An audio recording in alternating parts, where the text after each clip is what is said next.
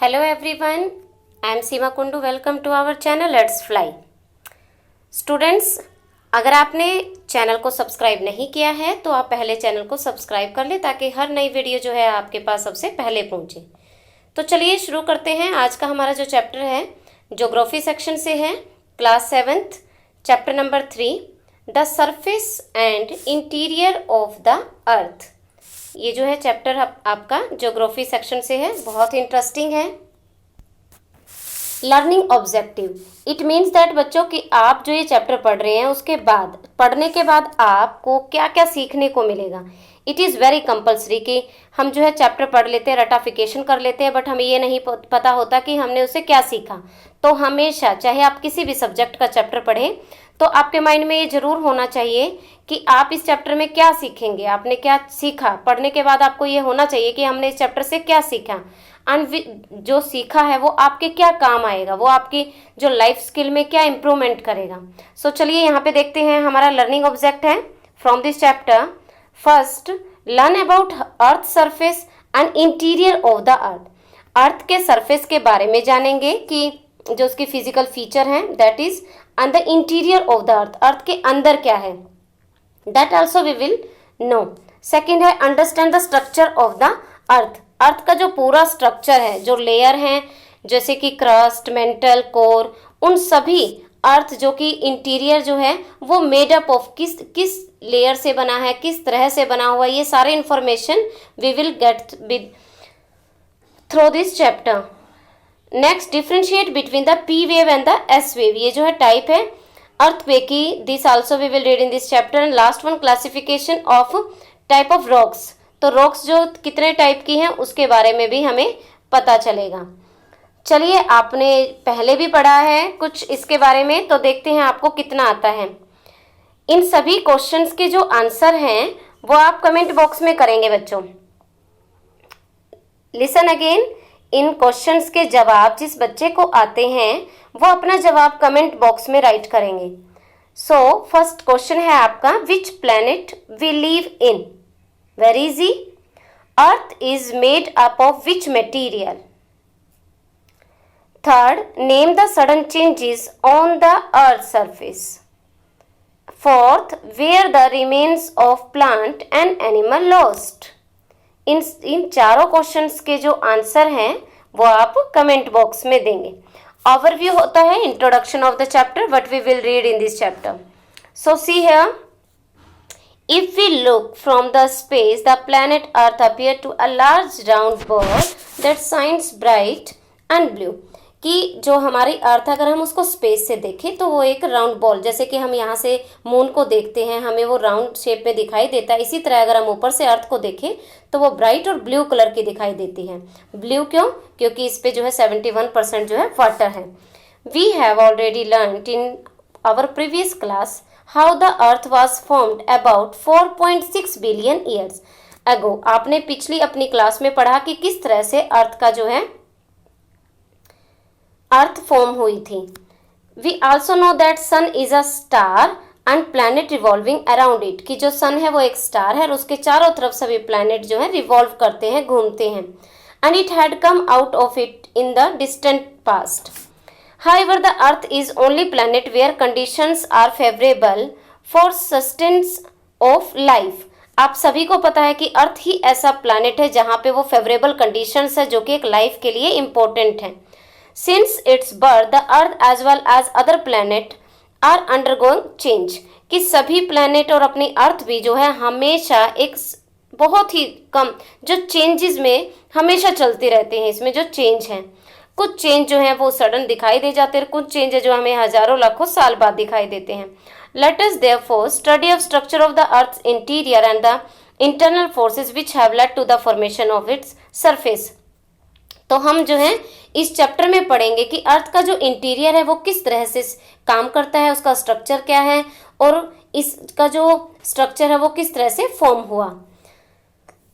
तो यहाँ पे हमारा टॉपिक है earth surface and the interior of the earth. Before this I would like to tell you about some do you know. So आपकी book में भी ये गिवन है, you can see there also.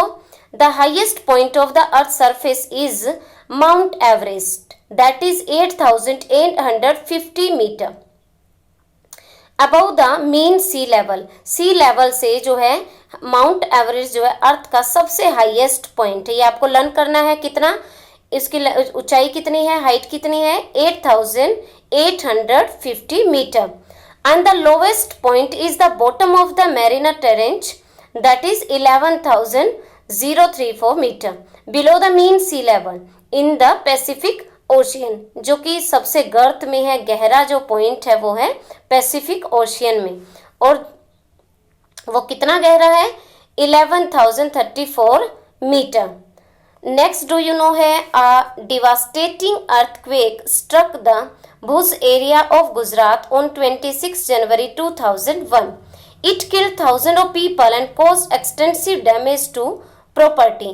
तो बच्चों ये मुझे भी बहुत अच्छे से याद है, 2001 में मैं जो है फर्स्ट ईयर में पढ़ती थी। उस समय जो है हमारा कॉलेज में एक फंक्शन चल रहा था। उस समय हमें हरियाणा में यहाँ पे भी बहुत झटके महसूस हुए थे अर्थक्वेक के। बट जो गुजरात है उसके भुज में जो है अर्थक्वेक बहुत ही बुरी तरह से आया था 26 जनवरी 2001 को, जिसने हजारों लोगों को मार दिया था और जो प्रॉपर्टी का बहुत ज़्यादा नुकसान हुआ था।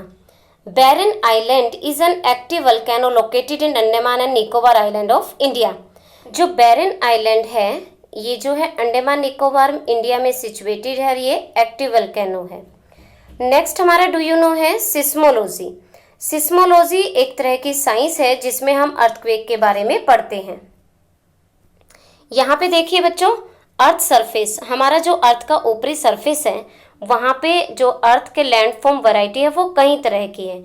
यहाँ पे देखिए हमारा जो आप अपने इंडिया में ही देख सकते हैं, ऊपर का जो नॉर्दर्न पार्ट है वो माउंटेन एरिया है जहाँ पे हिल्स हैं। फिर हमारा जो मिडल पार्ट है वो प्लेट्यू एरिया है। उसके बाद हमारा उत्तर भारत है जो वहाँ पे प्लेन एरिया है। यहाँ पे देखिए माउंटेन, हिल्स, प्लेन, ये क्या है हमारे सरफेस के, जो अर्थ पे सरफेस है, हमारी अर्थ जो है हर जगह से एक जैसी नहीं है।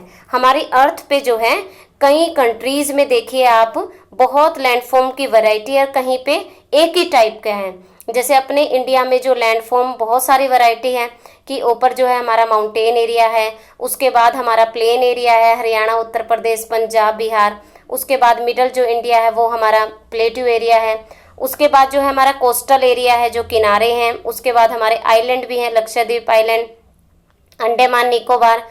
इसी तरह पूरी पृथ्वी पे जो लैंड फॉर्म है वो डिफरेंट है, वैरायटी है। ये नहीं है कि पूरी पृथ्वी पे जो हमारा लिथोस्फेयर है उस पे माउंटेन ही माउंटेन हो या प्लेट्यू एरिया हो या पानी ही पानी हो, नहीं।